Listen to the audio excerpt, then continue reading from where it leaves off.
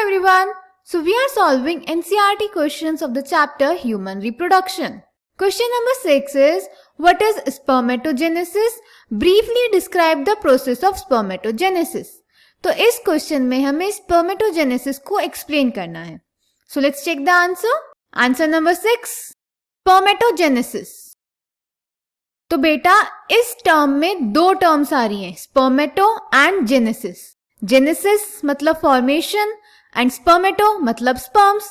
So the formation of sperms is known as spermatogenesis. यानी कि sperms के बनने की प्रोसेस को हम बोलते हैं स्पर्मेटोजेनेसिस. अब स्पर्मेटोजेनेसिस होता कैसे है? तो बेटा मेल्स में होती है टेस्टिस, मेल्स का रिप्रोडक्टिव ऑर्गन. टेस्टिस में होते हैं टेस्टिकुलर लॉब्यूल्स, टेस्टिकुलर लॉब्यूल्स में होती हैं सेमिनिफेरस ट्यूब्यूल्स, और इन सेमिनिफेरस ट्यूब्यूल्स के अंदर होते हैं स्पर्मेटोगोनिया, जिन्हें हम मेल जर्म सेल्स भी बोलते हैं. क्लियर? अब ये स्पर्मेटोगोनिया वो सेल्स हैं जो स्पर्म्स का फॉर्मेशन करते हैं. तो the cells which forms sperms are known as spermatogonia. Clear? अब स्पर्मेटोगोनिया से स्पर्म्स बनते कैसे हैं? तो सबसे पहले होता है स्पर्मेटोगोनिया, जिसे मेल जर्म सेल भी बोलते हैं.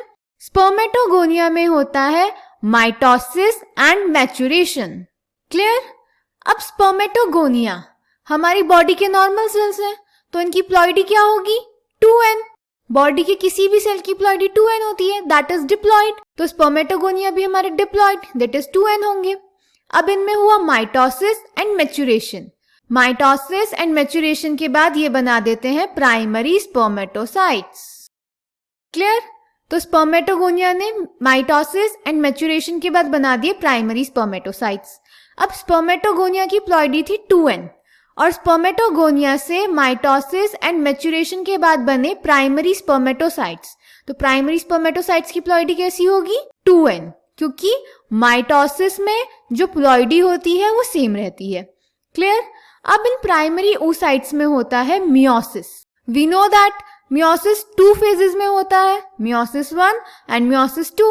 तो जो प्राइमरी स्पर्मेटोसाइट्स में होता है वो होता है मियोसिस 1. क्लियर? तो प्राइमरी स्पर्मेटोसाइट्स में हुआ मियोसिस 1.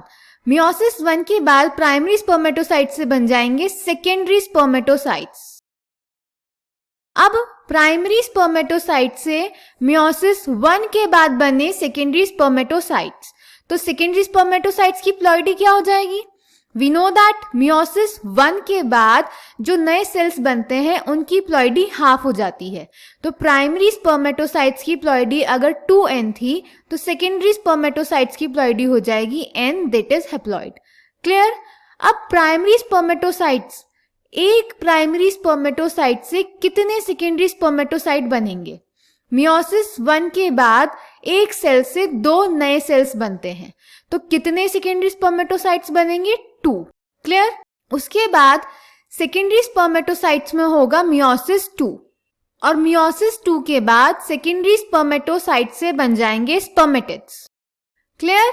अब इन स्पर्मेटिड्स की प्लॉइडी क्या होगी? तो हमें पता है कि मियोसिस 2 के बाद जो मियोसिस 1 के बाद सेल्स बनते हैं प्लॉइडी उनकी सेम रहती है. तो स्पर्मेटिड्स की भी जो प्लॉइडी हो जाएगी वो हो जाएगी n, और स्पर्मेटिड्स बनेंगे कितने? 2 सेकेंडरी स्पर्मेटोसाइट्स थे, तो एक सेकेंडरी स्पर्मेटोसाइट बनाएगा 2 स्पर्मेटिड्स, तो 2 सेकेंडरी स्पर्मेटोसाइट्स बनाएंगे 4 स्पर्मेटिड्स. क्लियर? मियोसिस 2 के बाद हमारे पास आ जाएंगे 4 स्पर्मेटिड्स जो होंगे हैप्लॉइड, n नेचर के. क्लियर? अब ये स्पर्मेटिड्स ट्रांसफॉर्म हो जाएंगे स्पर्म्स में, और स्पर्मेटिड से स्पर्म्स के बनने के प्रोसेस को हम बोलते हैं स्पर्मियोजेनेसिस. क्लियर? तो स्पर्मेटोजेनेसिस में हमारे स्पर्म्स बन गए. अब ये स्पर्म्स हो जाते हैं रिलीज हमारे सेमिनिफेरस ट्यूब्यूल से, और उस प्रोसेस को हम बोलते हैं spermiation. Clear? So this was the process of spermatogenesis. Let's check the answer. Answer number 6. Spermatogenesis is the formation of male gametes, that is sperms, from the immature male germ cells called spermatogonia. Takes place inside the testis. The spermatogonia present on the inside wall of seminiferous tubules multiply by mitotic division and increase in numbers. Each spermatogonium is diploid and contains 46 chromosomes. Some of the spermatogonia called primary spermatocytes periodically undergo meiosis. A primary spermatocyte completes the first meiotic division, that is reduction division, leading to formation of two equal haploid cells called secondary spermatocytes, which have only 23 chromosomes each.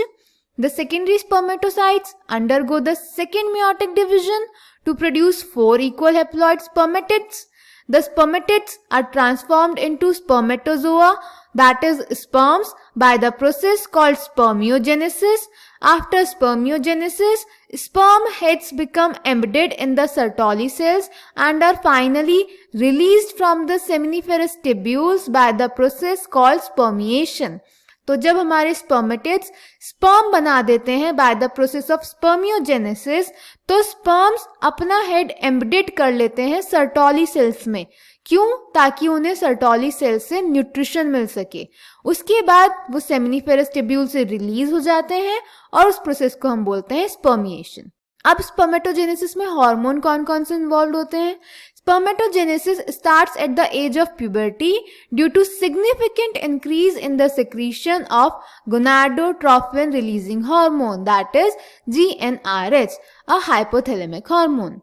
The increased levels of GnRH then act at the anterior pituitary gland and stimulates secretion of two gonadotrophins, that is luteinizing hormone LH and follicle stimulating hormone, that is FSH.